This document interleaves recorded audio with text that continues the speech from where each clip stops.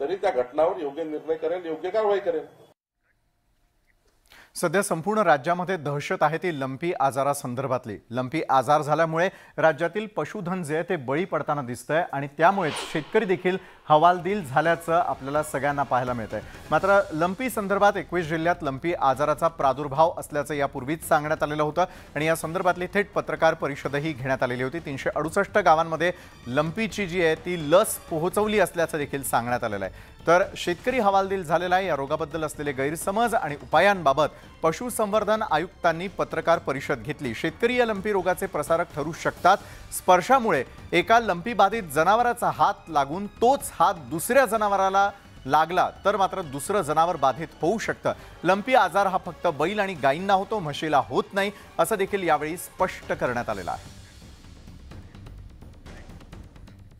तर लंपीची धास्ती नेमकी कुठल्या कुठल्या जिल्ह्यात आहेत राज्यातल्या त्यावरती आपण एक नजर टाकणार आहोत। तर अगदी सुरुवातीला समजून घेऊयात लंपीची धास्ती जी आहे त्यामध्ये अकोला जिल्हा जर आपण पाहिलं तर बाधितांचा आकडा आहे 634। तर आतापर्यंत लंपी आजारामुळे बळी गेलेले आहेत ते म्हणजे 3।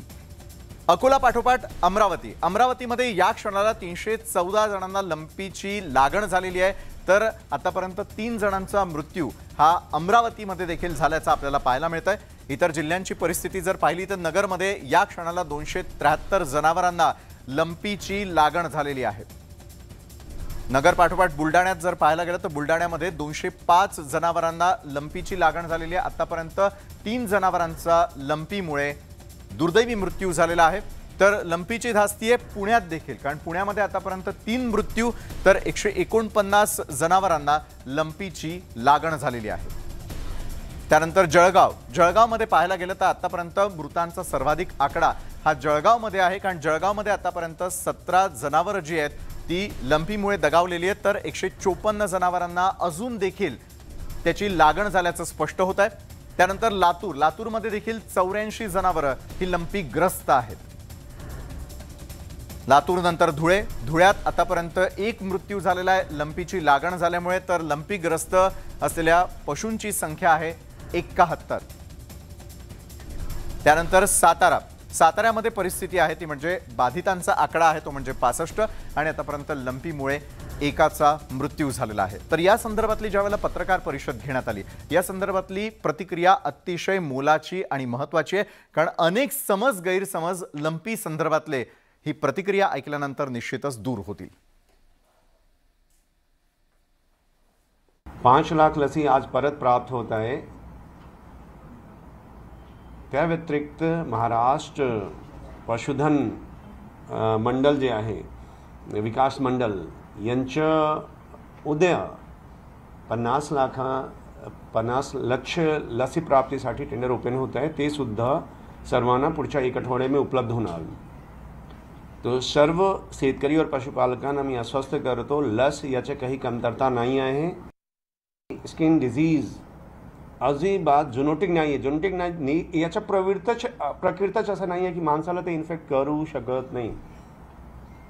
In no condition there is no evidence throughout the world ज्यामध्ये ये माणसाला संक्रमित करे। महाराष्ट्रातील जनताला मी ये एक तंत्र शुद्ध माहिती देतो लंपी स्किन डिजीज अजिबात माणसाला होत नाही। गाय जरी संक्रमित असेल त्याच्या दुधाचे होणार नाही।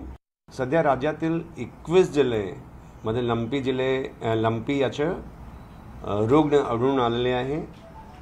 टोटल रुग्णांची संख्या 2664 आहे।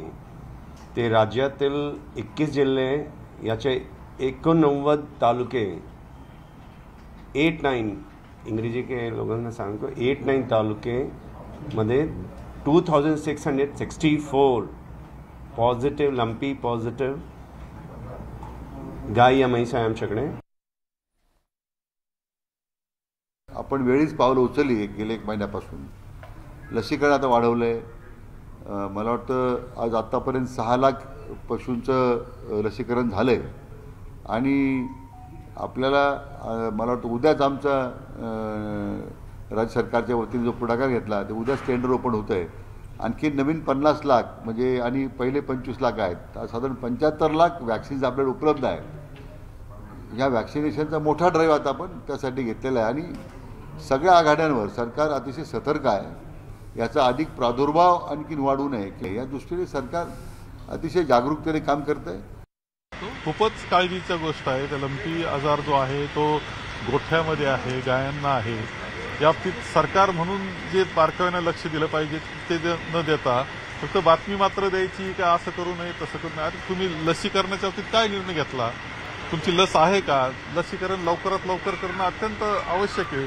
या बाबतीत कोणतीही काळजी घ्यायची नाही आणि सरकार म्हणून ही काळजी घेणं फार महत्वाचं आहे. कदाचित पितृपक्ष आता चाललेला आहे. आता लंपीवर सुद्धा काही निर्णय घ्यायचा नाही असं ठरवलंय का काय मला माहित नाही. म्हणजे तुम्ही जीवन मरणाचे जिथे प्रश्न आहेत, आरोग्याचे प्रश्न आहेत, त्या बाबतीत सुद्धा हे सरकार गंभीर नाही. ही अत्यंत दुर्दैवाची गोष्ट आहे.